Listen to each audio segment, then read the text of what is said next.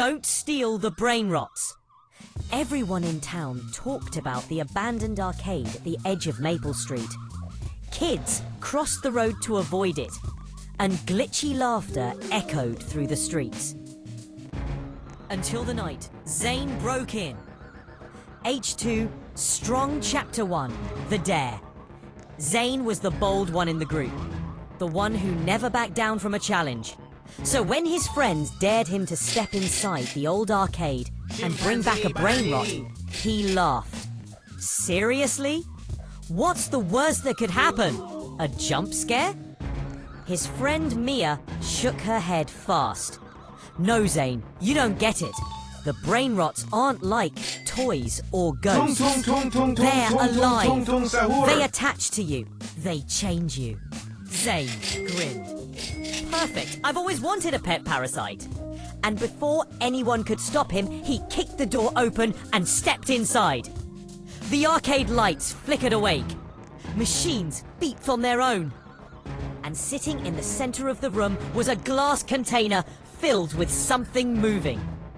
A tiny creature, glowing, round, smiling, like somebody crossbred a Tamagotchi with a fever dream. It stared right at Zane. Then it giggled. Zane whispered, "That's a Brainrot?" He reached into the container. The Brainrot leaped into his hands, purring. Easy. Too easy. Chapter 2, the first symptom. When Zane walked home, the Brainrot clung to his shoulder, like a neon backpack. Every few seconds, it whispered random memes into his ear. Skibbity, meow meow. Riz deposit. Zane rolled his eyes. Okay, weird, but kinda cute. But then the symptoms started. By morning, Zane couldn't stop Riz-talking the toaster. He tried to brush his teeth and accidentally beatboxed into the sink. And when he walked to school, 4 Brainrots were following him. He turned around. "What do you guys want?" They squeaked happily. Mia grabbed him by the shoulders. "Zane, you didn't steal just one. You triggered the whole arcade." It's 2, Strong, Chapter 3, Brainrot Takeover. By lunchtime, the entire school was infested. Brainrots bouncing on desks. Brainrots riding skateboards. Brainrots hijacking the intercom and blasting meme music. Teachers tried to catch them. Failed. The principal tried to ban them. Got chased out of the hallway. Zane slammed his locker. Okay, so maybe this is getting out of hand. Mia glared at him. Maybe? You unleashed a Brainrot apocalypse. One Brainrot climbed onto Zane's head and screamed, "More, yai!" Then fainted from excitement. Zane sighed. Fine, we take them back to the arcade. Easy. But when they reached Maple Street, the arcade was gone. Completely vanished. Just empty dirt. And a glowing message appeared in the air. You shouldn't have stolen them. Mia gulped. Zane, I think the arcade moved. Chapter 4, The Hunt for the Moving Arcade. Every few hours, the group found traces. Neon footprints, glitchy laughter. Floating pixels drifting through alleys. The Brainrots followed like excited puppies, multiplying quickly. 1 became 2. 2 became 10. 10 became a swarm. The city panicked. News reporters screamed. Military showed up. Brainrot stole a tank. Zane covered his face. This might be my fault. Mia shoved him. Might? Dude, they have a military vehicle. Just then, all Brainrots froze. Their eyes glowed bright purple. They turned toward the forest. Zane whispered, "Something's calling them." Mia whispered back, "I think it's calling you." Chapter 5, the final confrontation. Deep in the woods, they found it. The arcade. Now, bigger, alive, breathing. Its neon sign flickered. Return what does not belong to you. Zane stepped forward, the swarm behind him. I didn't mean to steal them. I thought it was just a dare. The arcade rumbled. A dare has consequences. Mia grabbed him. Zane, don't go in. But he already had. Inside, the lights dimmed. Machines whispered. floor vibrated under his feet, and the Brainrot Queen descended. A massive, glowing creature made of hundreds of tiny ones fused together. She spoke in a glitchy voice. "Why did you take my child?" Zane's hand shook. I thought it was lonely." Silence. Then the Queen's aura softened. "Lonely. Yes. We were abandoned, forgotten. But you gave us purpose again." She floated closer. "You may return them, or you may join us." Zane smiled.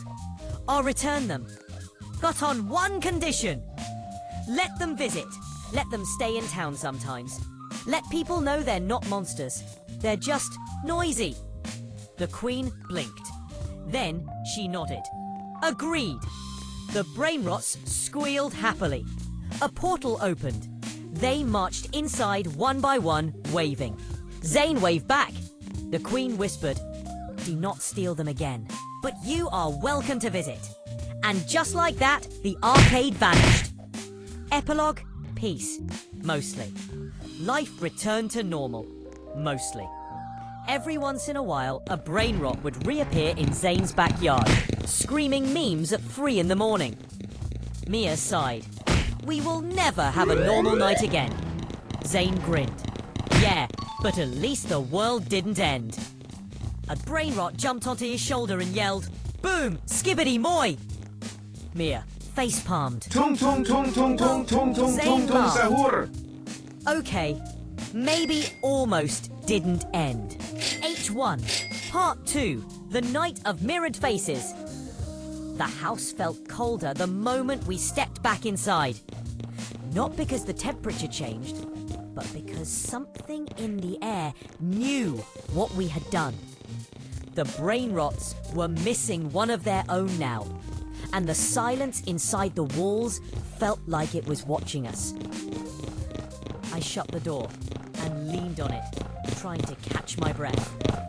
Zayn threw the cloth-covered Brainrot on the table. It twitched. Once, twice. "Is it sleeping?" I whispered. "More like waiting," Zayn muttered. The Brainrot didn't attack us again, but something about it changed. Before, it was a loud, annoying, chaotic creature. Now it was quiet. Too quiet. Its black eyes were wide open, and the tiny mouth moved silently, as if repeating words only it could hear. That's when I noticed the window. A face was staring in. At first, I thought it was a human, but no. Its head was too smooth, too round, too perfectly shaped. A Brainrot. Outside, just watching us. Then, behind it, another. And another. A whole crowd gathering in the yard, motionless, blinking in the same rhythm. Zayn froze. They're not supposed to be smart enough to coordinate like this. I pulled the curtain shut, but the tapping started immediately. Tap, tap, tap. Light, polite knocks, like they were asking to come inside. Tum-Tum Sahur. The mirror test. Zayn grabbed a small hand mirror from his backpack. "We need to check something." He held the mirror up to the captured Brainrot. Its reflection twitched strangely, like the mirror couldn't decide what the creature was supposed to look like.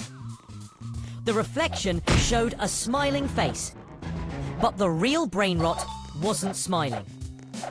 "Yeah," Zayn said. "I was afraid of that." "What does it mean?" "It means Brainrots aren't animals. They're mimics. They copy whatever they can. Faces, movements, voices. And the more you steal from them, the stronger the connection becomes." I stared at the tiny creature on the table, suddenly feeling sick. "You're saying it's copying us?" Zayn nodded. "And the ones outside, they're copying each other, forming a hive."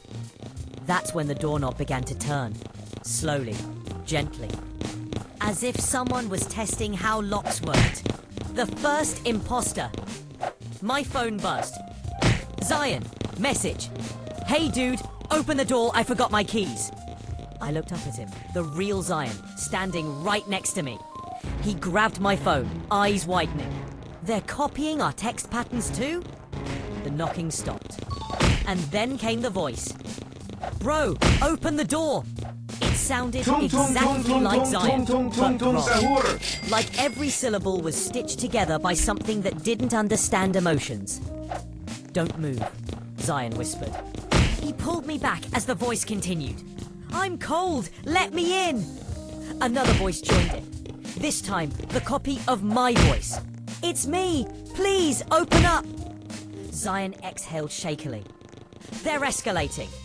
The search for the original. We need to find where Brainrots actually come from, Zion said. There has to be a hive, a queen, a core, something. And what about this one? I asked, pointing at the Brainrot we stole. It was no longer lying still. It was smiling. Not a cute smile, a human smile. Wide, too wide. Then it opened its tiny mouth and whispered, "Thief." Every light in the house flickered. Something hit the roof. Then another. Then dozens. The Brainrots weren't trying to break in gently anymore. They were climbing. Tum-Tum Sahur. The roof crawlers. We ran upstairs. The ceiling bulged downward as something crawled across it. Small shadows moved between the cracks. I swear I heard them giggling. A low, glitchy laugh, like corrupted audio. Zion shoved a dresser against the window. Plan? I asked desperately. We take the stolen Brainrot back, he said, picking up the twitching creature. But we don't give it away for free. We use it to find their origin. How? Zion held the Brainrot up, and it suddenly rotated its head almost 180 degrees, pointing toward the forest behind the house. Not directly, but like a compass needle, trembling, indicating a direction. It knows where it belongs, Zion whispered. And if we follow it, we find the hive. The ceiling cracked. A small hand punched through the plaster. Dozens of eyes stared down. Time to run, Zion shouted. Into the woods. We burst out the back door, sprinting into the darkness of the forest. Behind us, tiny footsteps pattered rapidly.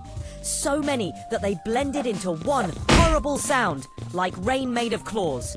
The stolen Brainrot in Zion's arms trembled, guiding us deeper. Branches snapped. Shadows moved. And all around us, we heard the copies of our own voices calling. Wait! Come back! The deeper we went, the colder the forest felt. It wasn't natural cold. More like the air itself was afraid. Finally, the Brainrot lifted one shaking arm, pointing at a clearing glowing with pale violet light. At its center stood a massive tree, twisted, pulsing, alive. Hanging from its branches were dozens of cocoons, each one trembling, each one growing something inside. Zion whispered, "That's where Brainrots are born." And then something spoke from behind the tree. A voice, smooth, calm, smart. "You shouldn't have stolen from us." A silhouette stepped forward, tall, human-shaped, but the head too round, too reflective, too perfect. A Brainrot alpha, and it smiled at us.